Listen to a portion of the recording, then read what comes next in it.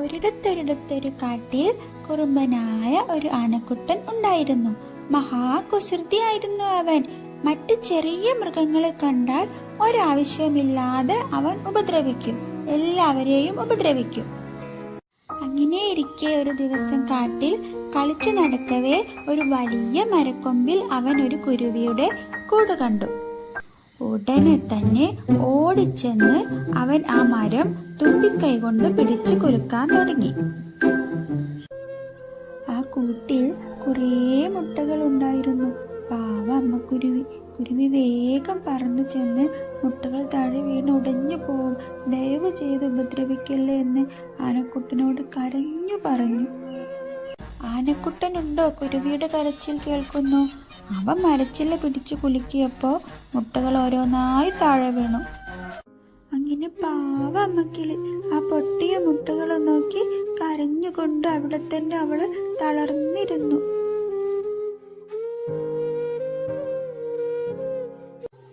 അവൾ ആനക്കുട്ടനോട് ഉറക്കെ വിളിച്ചു പറഞ്ഞു, ദുഷ്ടാ, നിന്നെ ഞാൻ വെറുതെ വിടില്ലടാ. ഇതിന് എന്തായാലും പകരം വീട്ടുക തന്നെ ഞാൻ ചെയ്യൂ. ഇത്തിരി പോന്ന നീ എന്നെ എന്തു ചെയ്യാനാ? അതും പറഞ്ഞ് ആനക്കുട്ടൻ അവിടെ നിന്നും പോയി. ഇതെല്ലാം കണ്ടുകൊണ്ട് ആ മരത്തിൽ കൂടുകൂട്ടിയിരുന്ന തേനീച്ച പാവം കുരുവിയെ സമാധാനിപ്പിക്കാൻ ശ്രമിച്ചു. അപ്പോ അമ്മ കുരുവി ആ തേനീച്ചയോട് ചോദിച്ചു, ആനക്കുട്ടനോട് പകരം വീട്ടാൻ നീ എന്നെ സഹായിക്കുമോ? ഞാനോ? തേനീച്ച ചോദിച്ചു. എനിക്കൊരു ഭയം തോന്നുന്നുണ്ട്. അതിനു മുമ്പ് നമുക്ക് മറ്റൊരാളുടെ സഹായം കൂടി ആവശ്യമുണ്ട്. എന്നിട്ട് അവർ അടുത്ത കുളത്തിൽ താമസിക്കുന്ന തവളച്ചേട്ടനോട് സഹായം ചോദിക്കാൻ പോയി.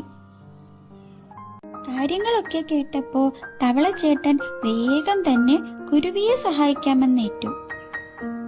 അങ്ങനെ അമ്മക്കുരുവി തേനീച്ചയെയും കൂട്ടുകാരെയും കൂട്ടി ആനക്കുട്ടൻ കളിക്കുന്ന സ്ഥലത്ത് എത്തി. അവിടെ എത്തിയതും തേനീച്ചക്കൂട്ടം തങ്ങളുടെ പണി തുടങ്ങി.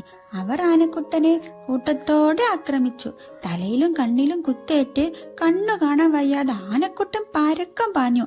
അപ്പോഴാണ് അങ്ങ് ദൂരെ തവളച്ചേട്ടന്റെ കരച്ചിൽ. ആനക്കുട്ടൻ വേഗം ആ ഭാഗത്തേക്ക് പാഞ്ഞു. തവള കരയുന്നിടത്ത് കുളം ഉണ്ടാവുമല്ലോ, വെള്ളത്തിൽ ചാടിയ തേനീച്ചക്കൂട്ടത്തിൽ നിന്ന് രക്ഷപ്പെടാലോ. തവളയുടെ കരച്ചിൽ കേട്ട സ്ഥലത്ത് പാഞ്ഞെത്തിയ ആനക്കുട്ടൻ അടി തെറ്റി വീണതോ ഒരു വലിയ കൊക്കയിലേക്കും. അതല്ലേ രസം. അമ്മക്കുരുവി പറഞ്ഞതനുസരിച്ച് ഒരു കൊക്കയുടെ വശത്തിരുന്നായിരുന്നു തവളച്ചേട്ടൻ കരഞ്ഞത്. അങ്ങനെ കുറേ നേരം കഴിഞ്ഞ് മറ്റാനകൾ വന്ന് ആനക്കുട്ടനെ രക്ഷിച്ചു. ആനക്കുട്ടൻ അതോടുകൂടി ഒരു പാഠം പഠിച്ചു. പിന്നെ അവൻ ആരെയും ഉപദ്രവിച്ചിട്ടില്ല.